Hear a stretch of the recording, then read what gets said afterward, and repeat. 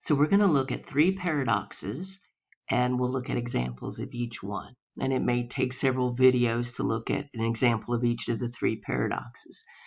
The first paradox is the Alabama paradox.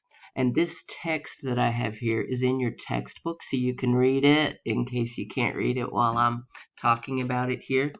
However, what happened is in the 1880s, Alabama's population didn't grow. However, the number of seats in Congress were increased.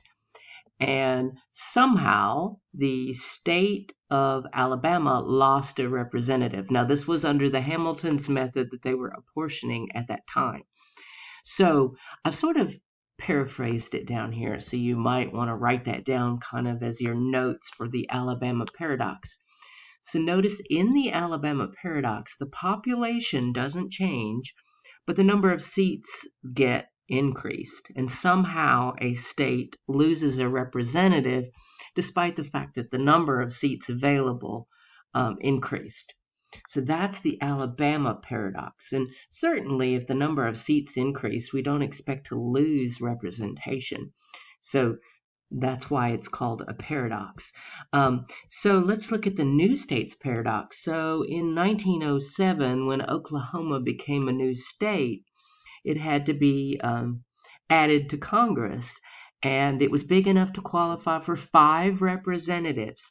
And of course, those 5 representatives had to come from somewhere, so it was expected that 5 states would lose a representative. However, a strange thing happened. Instead of 5 states losing representatives to Oklahoma, that did happen. I mean, they did lose 5 representatives, but Maine somehow gained a representative from New York. So nobody should have gained in that situation except for Oklahoma. So that's called the new states paradox. In that instance, a new state is added, and then someone must give up seats to accommodate that new state, but somehow someone gains a seat, which shouldn't be happening. And then let's look at the third possible paradox, which is the population paradox.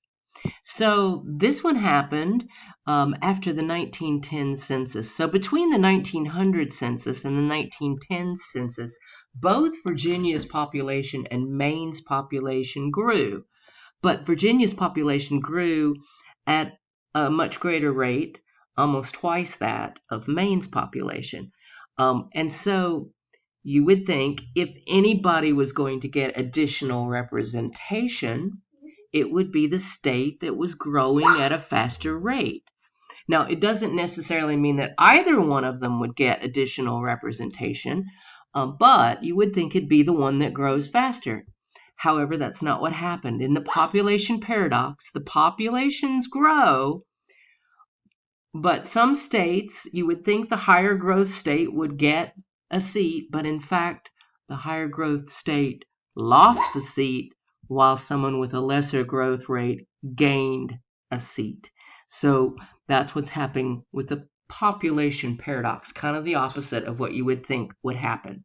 So let's look at an example of these paradoxes and try to determine which paradox is happening.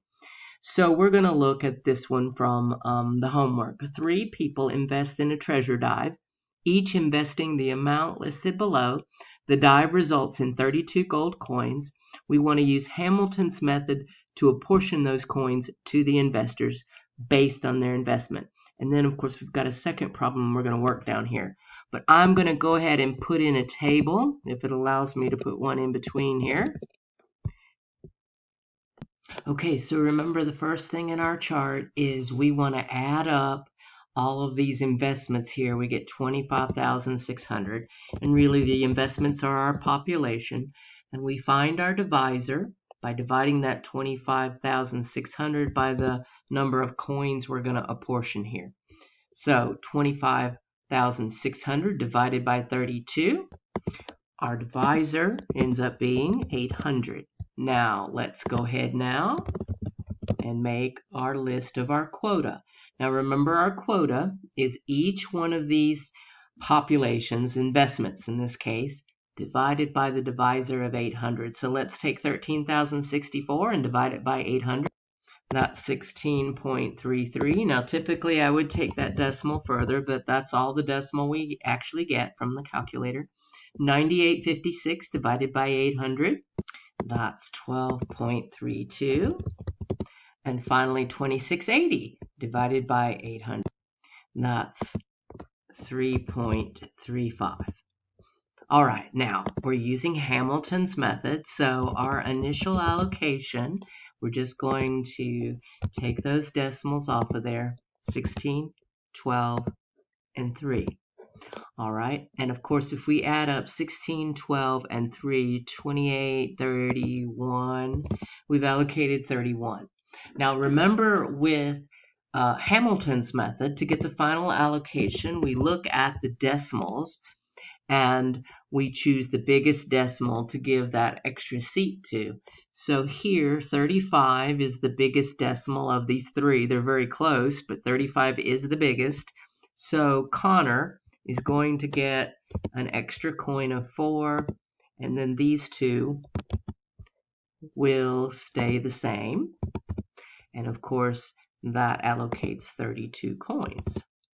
All right, so now we're going to do another computation. We are right before the coins are distributed. The divers find one more coin they have misplaced, and they have to redo the allocation. So we're going to do it again, this time with an additional coin. Let's notice that our investments or our populations have not changed. Okay, so I've made a new table. Let's note, though, we do have to redo our divisor because although the population itself hasn't changed, we still have 25,600. We are going to be dividing by 33 coins instead of 33 coins to get our divisor. So down here, I've got a new divisor. It's going to be 25,600 divided by 33 coins. And let's see what we get. And I don't get quite a nice round number. It's 775 point, and I'm going to round to 2 decimal places, 76. All right, so I'm going to take 775.76 and divide it into each one of my 3 investments to get the quota.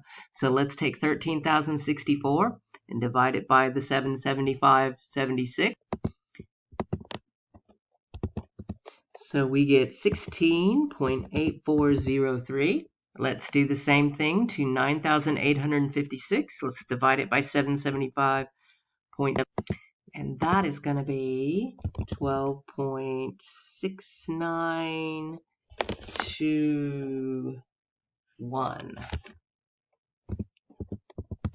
And then lastly, let's take our 2680 and divide by the 775.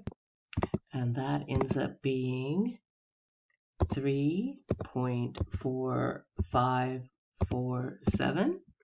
Okay, so remember with Hamilton's method, we're just going to chop off the decimals. So our initial allocation is 16, 12, and 3. And again, if we add those up, that's 31. All right, but we've got 2 more coins to give away. And we're going to give those to the people that have the 2 people that have the higher decimal in their quota. So let's notice that 8403 is the biggest. So Santos will get one of the 2 remaining coins. And then the next biggest is 6921. So Miguel will get one of the remaining coins, and Connor still has 3, and now we're at 33 coins. Now, let's compare this to what we had before. Initially, we had Connor getting 4 coins, and the other 2 did not get an extra. We added coins, we added to our seats, essentially. So we would have thought that Connor would have kept at least one of those extra seats and somebody else would have gotten another one. But instead, Connor didn't get an additional coin and the other 2 people got additional coins. Now that is a paradox. Let's determine which one it is. We added to our seats. Our coins were our seats in this instance. Our population didn't change. So let's look up here. Let's notice immediately Alabama paradox. Population doesn't change. Number of seats are increased, but somehow a state loses a representative, which is what happened. Connor lost a coin or a representative when we increased the number of seats. All right, so this violates, and it asks, does this situation illustrate any apportionment issues? Yes, it created or violates, or we can say created the paradox. It created the Alabama paradox again. So we've got that paradox coming up, which is of course a problem. Now all apportionments have one of these paradoxes that can be violated. Doesn't mean that it's going to, but all of the methods can lead to one of these paradoxes.